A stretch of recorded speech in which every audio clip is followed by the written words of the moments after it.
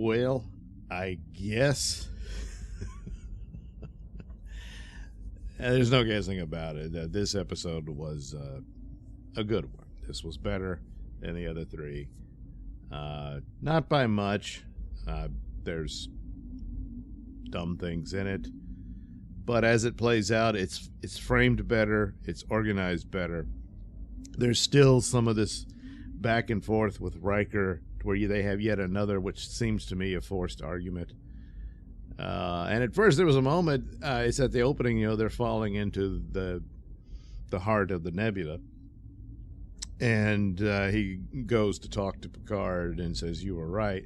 And I'm like, how was he right? And what he meant was that he was, a bit broken over the death of his son and had never really recovered from it.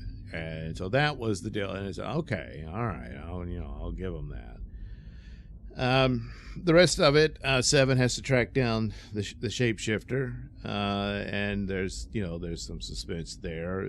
They keep having these shock waves, and I'm like, oh, okay. And sure enough, they figure out a way to use that to get out of the nebula, and they do it. It's just with the asteroid field also blocking their way. They said, well, LaForge is gonna, and this is LaForge's daughter, of course, despite saying that she had crashed ships in her academy days.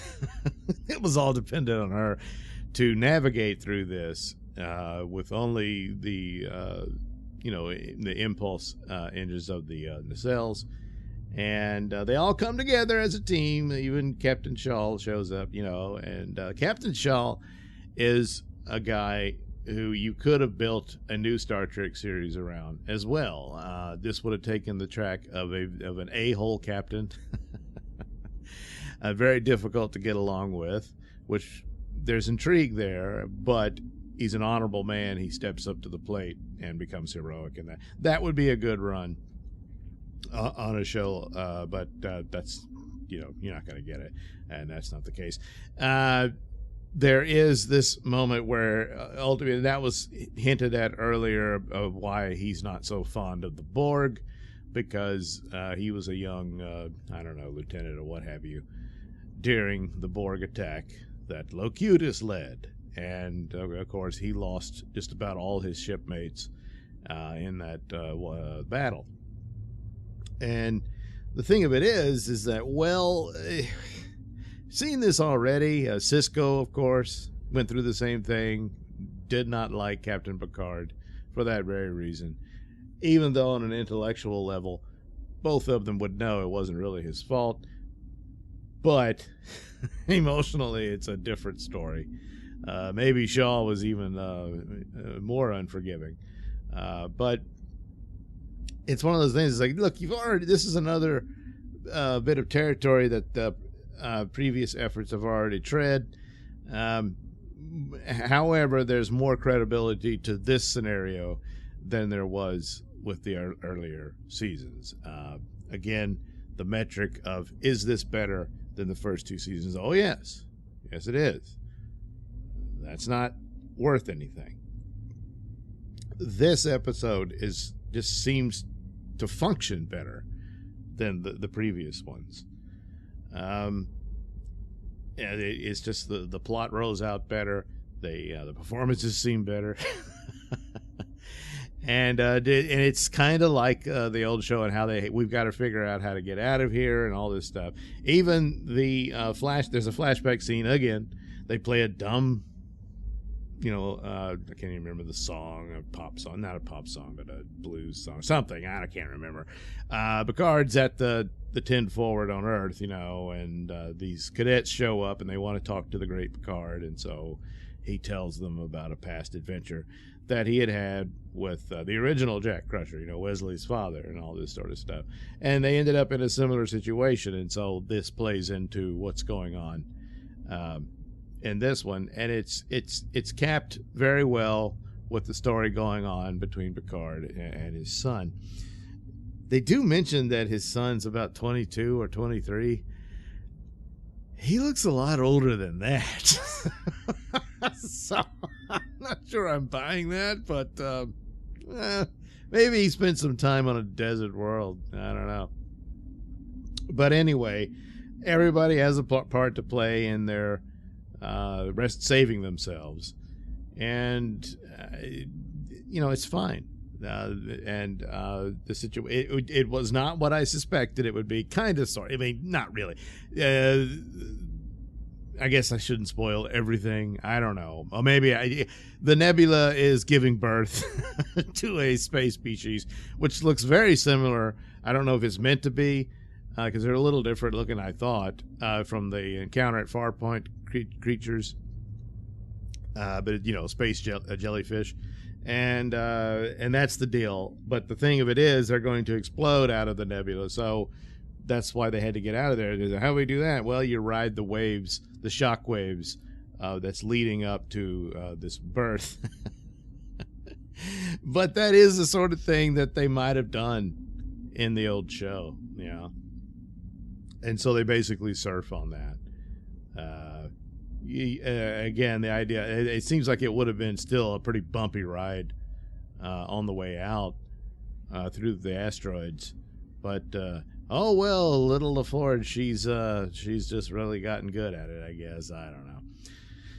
But anyway, and then the shapeshifter 7 has to deal with that, and then she and Shaw have to deal with trying to retrofit the nacelles to help them navigate this with no power and that sort of thing. And then, of course, the energy burst of the blast absorbed and jump starts their warp core, and so they're back in business at that point. One of the things that I always thought about is they keep turning the lights off on these sets so you can't see how cheap they are. Well, in order to divert power, you had to turn off some lights, so it got very dark. You see, it had been a bright bridge all along, so then it gives the extra, drama of the, oh man, we got to cut off life support power and all this stuff. But it's so dark you can't see anything. So, yeah, what you gonna do? Meanwhile, the villain, she's a shapeshifter too. They do this weird thing where she deliberately chops off her hand to use it as a material for her bosses to speak to her through. It's very bizarre. And the boss is determined to get Jack Crusher and says, you have to go into the nebula and get them. And she's like, well, no, we can't. We'll be crushed in there, and all that. Which, well, you're the one who blasted them in there, stupid. And he says, it doesn't matter. I don't care. Get him. And, of course, if they're sacrificed, I don't know how she was supposed to get Jack Crusher for her boss, but didn't really explain that. So in order to go in, she had to give up their warp weapon that creates the little wormhole things that they trapped him in the last episode. So this is, that's still a menace. But in the meantime, the Titan figures out how to save itself. They get out, they see them, and then Riker, because at first Riker was like, this will never work. And they said, well, we're going to die anyway. Oh, yeah. So finally Riker gets to do something. He comes up with the idea. They don't have any weapons left. So he says, grab one of the asteroids with the tractor beam, just like what they did with the other ship. They took Beverly's ship and threw it at the Titan in the previous episode. So he does the same thing. Which is kind of odd, I thought, because they were like, what did she just do? How did she do? It's like, it's kind of the same thing. Maybe theirs is a little better than yours, but still, that's what he did. They grab an asteroid and throw it at the other ship, and it smashes into it and knocks them out. And they take a minute to. They should have warped out at that point, but first they got to look at all the babies that were born, the space jellyfish, and go, "Aww," and then they fly away. Oh, well. Yeah. And then, meanwhile, oh, man, they made it out. They're heading back home. Everything's great, huh? Well, Jack Crusher obviously knows something more than he's let on. And at the time, he was receiving these visions when he was knocked out by the shapeshifter in the last episode. And I thought this was the cloud communicating with him, because I thought it had something to do with like the cloud that Picard encountered in the first season of Next Generation and that sort of thing. Well, that wasn't the case. This is something else. Somebody obviously psychically communicating with him, and some woman's voice saying, "Find me." And he keeps having visions of red stuff. Red clouds, a door with red light behind it, and there was some weird, I don't know, tentacle-like things or whatever forming, and it was all red behind him as he was having this vision, and he keeps rubbing his face and eyes hoping it'll go away, and then it did, but he's still like, oh man, what do I do?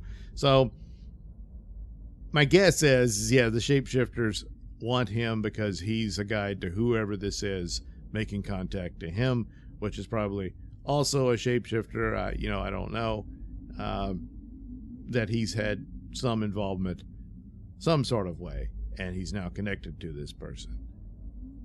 Or it's some other alien species that they don't particularly care for. Something along those lines. But of course, it's only the 4th episode, so they needed some kind of little cliffhanger of a sort. Not quite like last episode, but you get the idea. So, all in all, yeah, it was framed better with its a flashback, except for the stupid song. I can't stand that. That doesn't belong in Star Trek. And a nice little thing between him and his son, and they kind of wrapped that up with the story at the end, and it's kind of good. And there's some good moments for Riker, despite some other I thought was a little too tough on him and making him look stupid compared to the others. I didn't care for that. But of the 4, the 4th episode is a step up from the previous ones. I guess if it gets better from here on out, and then maybe I could have some understanding as to all this glowing praise for this season, the people who got to see it earlier. But even so, I've seen some of them later. They're now giving reviews of all these episodes, and I'm just like, no, it's not as good as you're saying it is. So I don't know. But then that's like a subjective nature of it, to each their own and that type of thing. But so that's the best I can do. I can say, well, this one I think was better than the first 3. And it didn't even have Worf in it, who I thought Worf was pretty good in the last episode, but that was about the high point for it. But it just flowed a little better than the previous one. Still, not enough to convince me that, oh my God, they finally got it right. It would have to be something far more than that to be consistent with that amount of praise after all the damage done to the brand. And I don't think there's a masterpiece here. There's just probably some fairly decent episodes, and that's about as good as it's going to get, which is not nearly enough. And the way things are sounding, I think it's already too late and over with.